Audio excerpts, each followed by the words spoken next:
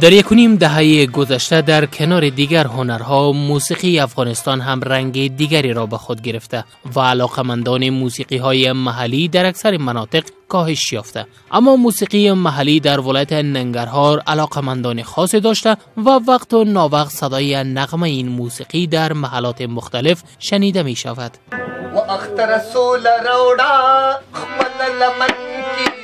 این صدای موسیقی هم از یکی از نشست‌ها در شهر جلال آباد بلند شده، جایی که شاعران و افراد فرهنگی برای زنده نگه داشتن این فرهنگ گرد هم آمدند.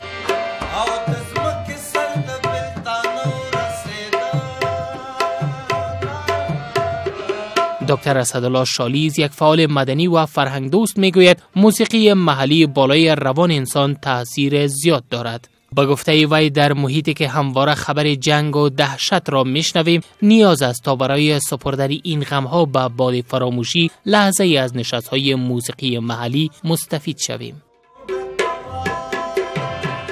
سیل څنګه د زمونږ په څیر د جنگ ځپلې و ژوبل وطن او ټولنې ته نو داسې مواقع چې میسره کېږي داسې فکر وکړئ لکه موږ چې هغه په وړه کتابو کې د اختر خوشحالۍ ته 3 شپې مخکې نه تدابیر نیول. د دغسې موسیقۍ ښه والی په دې کې دی چې یو موږ ته دغه تېرې چې څوک قصې کوي هغه موسیقي ژوندۍ راښودل کېږي او بل دا د مارکیټ موسیقي نه ده. ولی محمد کندیوال، شاعر و نویسنده، میگوید موسیقی محلی وضعیت فعلی کشور را خوبتر تصویر می کند. با گفته آقای کندیوال، پیام‌های ضد خشونت که در شاعران کنونی وجود دارد می تواند در زبان موسیقی بالای مردم تأثیر بگذارد.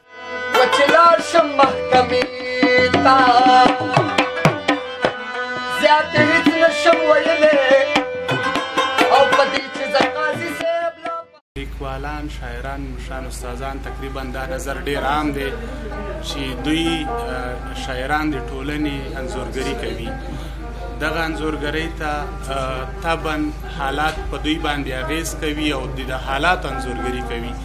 نو که چیرته دې انځورګرۍ ته دغه الفاظو ته موسیقي روح ورکي، هنرمند روح ورکي، ښکاره ده چې د دې نه یو جسم جوړیږي او دا هغه پیغام چې شاعران غواړي د موسیقۍ له لارې نه، د دغه هنرمندانو له لارې نه ډېر زر رسیږي، ډېره ښه اغیزه لري. موسیقی محلی در ولایت ننگرهار مثل گذشته بیشتر در محافل عروسی، خوشی و گردهمایی‌های جوانان نواخته می شود.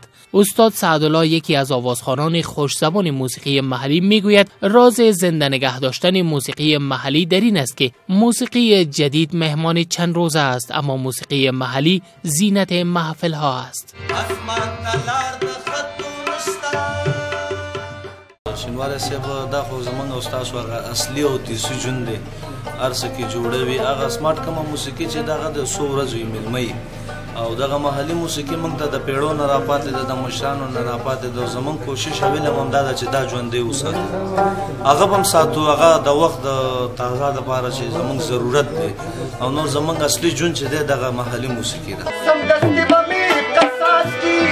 با گفته آوازخوانان محلی، حکومت طوری که لازم بود برای زنده نگه داشتن موسیقی محلی کاری نکرده است. آنان از وزارت اطلاعات و فرهنگ کشور می‌خواهند تا برای انکشاف موسیقی محلی در کشور کورس‌هایی را در ولایت‌ها ایجاد کرده و نشر موسیقی‌های محلی به جای موسیقی‌های فعلی در رسانه‌ها را اجباری سازد.